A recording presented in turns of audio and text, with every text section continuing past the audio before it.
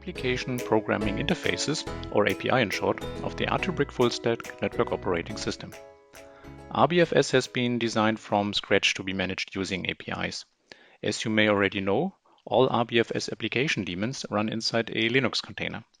This container is created on top of a host OS, which in case of white box switches will be Open Network Linux.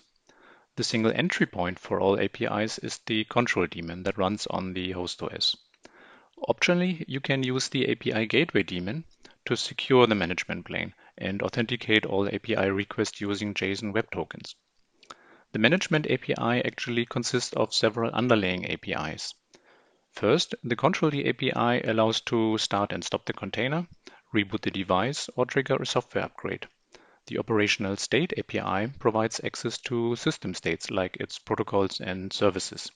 For managing the RBFS running configuration, you can use the RESTconf API. You can fetch telemetry data via the Prometheus interface. And finally, there is an event interface that provides system logs and alerts. You can find the API references on rtbrick.com. Just go to Resources, select Technical Documents by Release, scroll down, click on RBFS APIs, and here you go. We have specified the APIs in the OpenAPI or Swagger format, which allows to visualize them in the Swagger UI. On the right-hand side, you can select from the different APIs.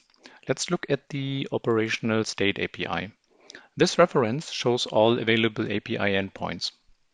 For example, if you expand Subscriber, you will find all endpoints related to subscriber sessions.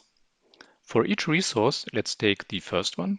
It shows all details like its parameters, possible responses, and a schematic example of all attributes. Now let's have a look how you can actually use the APIs. In order to get started, you can of course manually try and explore the APIs using any HTTP client tool like curl, for example. Second, you can automate tasks using your favorite scripting or programming language like Python, Go, or Java, or using an automation tool like Ansible. Finally, you will want to integrate RBFS into your network management or operational support system. First, I'm going to show you how to manually use the APIs with one popular tool, which is Postman. In this demo, I'm starting to check the status of a device running RBFS via the Control API. All we need is the IP address of the device, the Control port, and the API endpoint. We need to specify the method, get in this case, and simply click on Send. As you can see from the status code, the request was successful. As a response, we got some basic information like the element name or the status of the container. The response format is JSON. JSON is a very common data format supported by many languages and tools so that you can easily process it. Now let's request some more information about its services. In the response, we got a list of RBFS daemons. Next, I continue to get some more data using the Operational State API. For example, let's check the interfaces. Here we got a list of all interfaces and their status. Or we can check BGP peerings. We find there are 3 BGP peerings. 2 are in established state, however, 1 is in active state. To figure out what's the problem, we can check the BGP peering configuration using the RESTconf API. There are RESTconf endpoints for all configuration hierarchies. Let's assume there is a copy and paste error in the config.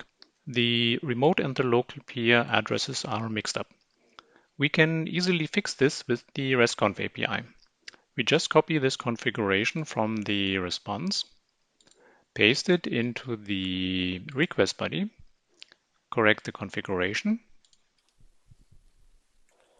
change it to put, send it to the device, and that's it. Now, if we wait for a second and check the BGP peerings again using the Operational State API, we can see that now also the third BGP peering has been established. As you have seen, I've checked the status of my device and quickly fixed a config issue just by using APIs. In the second demo, I'm going to show how you can easily use the APIs to automate tasks, for example in Python.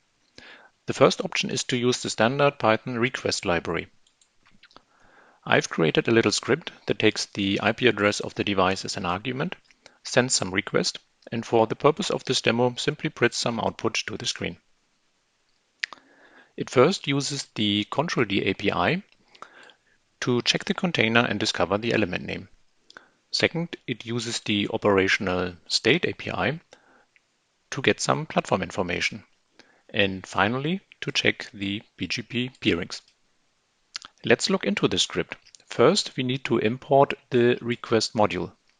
Then it takes only a single line of code to send an actual request. There is also a built-in JSON decoder that converts the response content directly into a Python data structure. A second option is to generate an API client using the Swagger editor. You can find the API specification in the YAML format in the API references I've shown earlier, and simply copy and paste that into the Swagger editor. Then from the Generate Client menu, you can select your favorite language like Go, Java, or Python.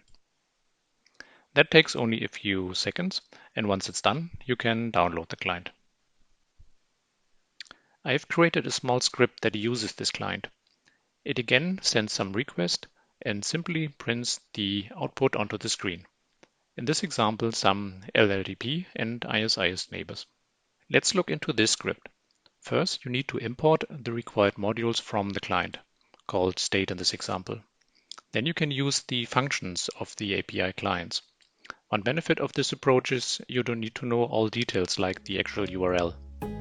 Now you can automate your own tasks, like building an inventory, doing a health check, or updating some configs. Thank you for watching this video.